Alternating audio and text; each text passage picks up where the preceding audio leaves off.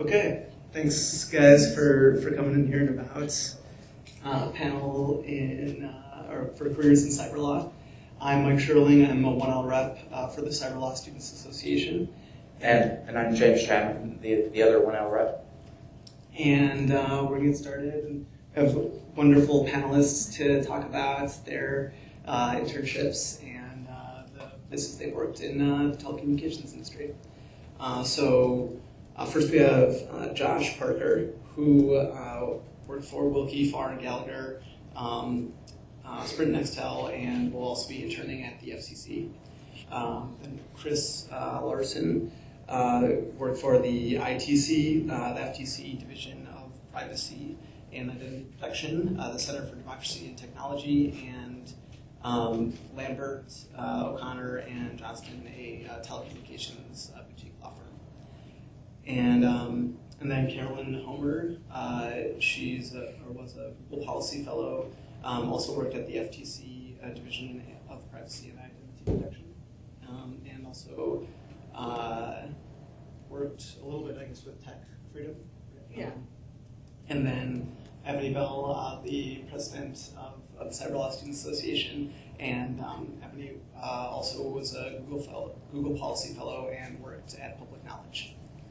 So for the, I guess just for the first question, can you each go through and talk about what you did at your jobs? Sure. Well, that's a broad mandate. Good evening, everyone. My name's Josh. Can you hear us all the way back? Okay, great.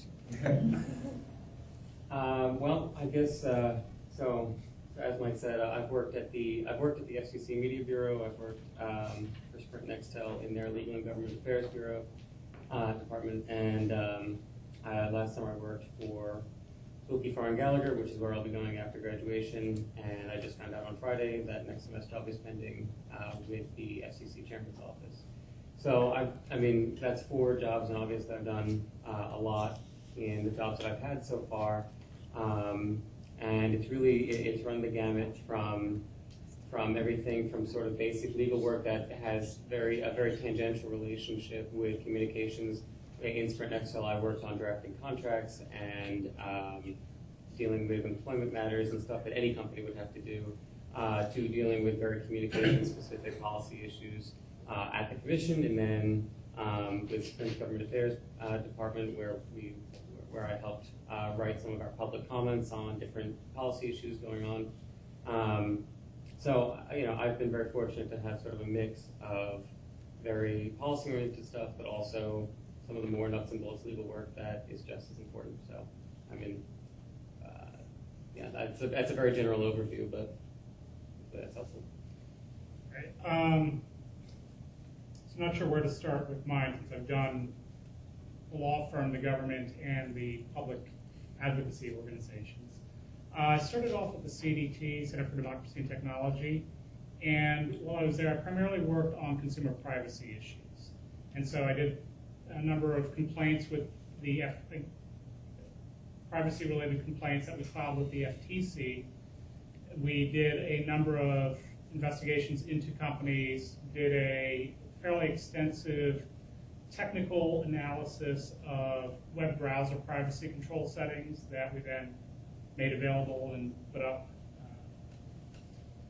Then went into the US ITC, International Trade Commission, and that was much more of the science side of things, where I did a lot of work with patents around telecommunication devices and some of the conflicts that arose there.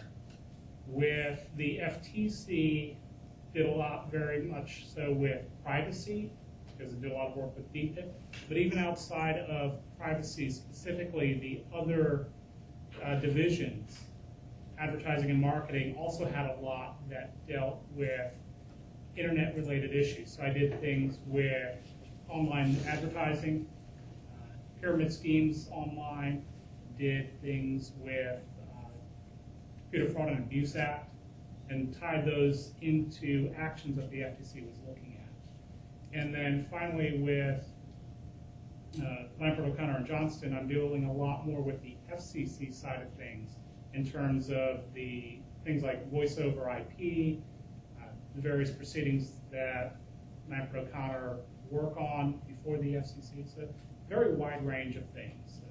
If you have specific questions about what it's like to work in public advocacy or government or the private law firm, I can try to give you specifics. Hi, my name is Jennifer Maisel. I'm a 3L. My background is in computer science. I did programming before law school.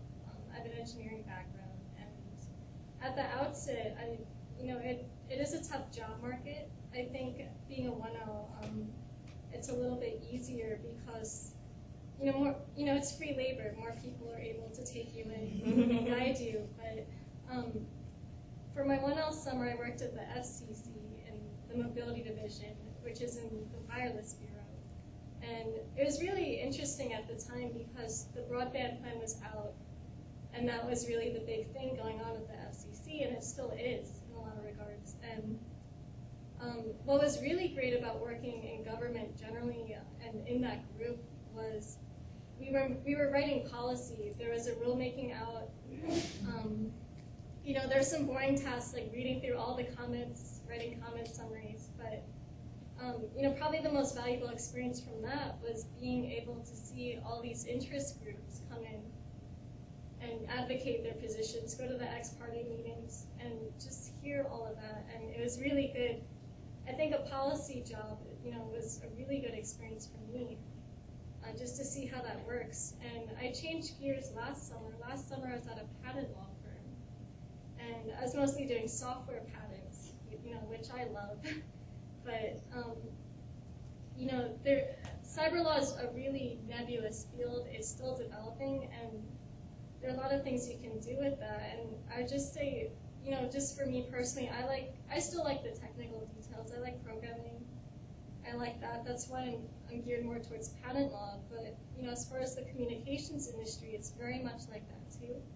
And for those of you without technical backgrounds, most of the communications attorneys I met were in other industries, completely different fields, and something happened, they were on a case, and they just got sucked in. So, that's another thing to keep in mind. And, if you have any questions about, IP law or, working at the FCC, feel free to ask. Hi, I'm Carolyn Homer. I'm also a 3L, and I spent my first summer as a Google Policy Fellow with the Competitive Enterprise Institute. So the Google Policy Program, you all should apply. But basically, Google has partnered with about 17 different think tanks, mostly in the DC area, and they will pay you to work for one of these think tanks on an issue that benefits Google, effectively. While giving you complete academic freedom, but you're benefiting Google. So I can talk more about that program. It's relatively competitive, but it's also they're surprisingly untransparent about how it works. So, actual details are helpful. But what I actually worked on, since that's the question at hand, is I worked on a whole lot of privacy issues. There's all these various privacy legislation floating around because there's no one law that governs how you can transfer information about other people, especially as a private company. There's a whole bunch of different laws that apply to different sectors. So I was at a libertarian think tank that they think all regulation is evil all the time, essentially. So I would basically say any one of these laws would be terrible for these 20 reasons. But I also got to dabble in tech antitrust issues, which is actually really hot and really big, and I had no idea until I had this job. So I took antitrust last year. It was a blast. And I did a little bit with the FCC's net neutrality brouhaha, which you probably don't know anything about. But if you do, good for you. But some net neutrality work. And then last summer, I worked for the Federal Trade Commission in Seattle, actually. I was applying to the same program Chris was in, and I missed the deadline, which is kind of embarrassing. But the FCC has a whole bunch of regional offices that are a whole lot easier to get jobs at. Well, for the summer, not permanently. But for the summer, they're always hiring people. So I went to Seattle because it had the nicest weather and got to work on a big privacy case. And the attorney didn't want to let me go, so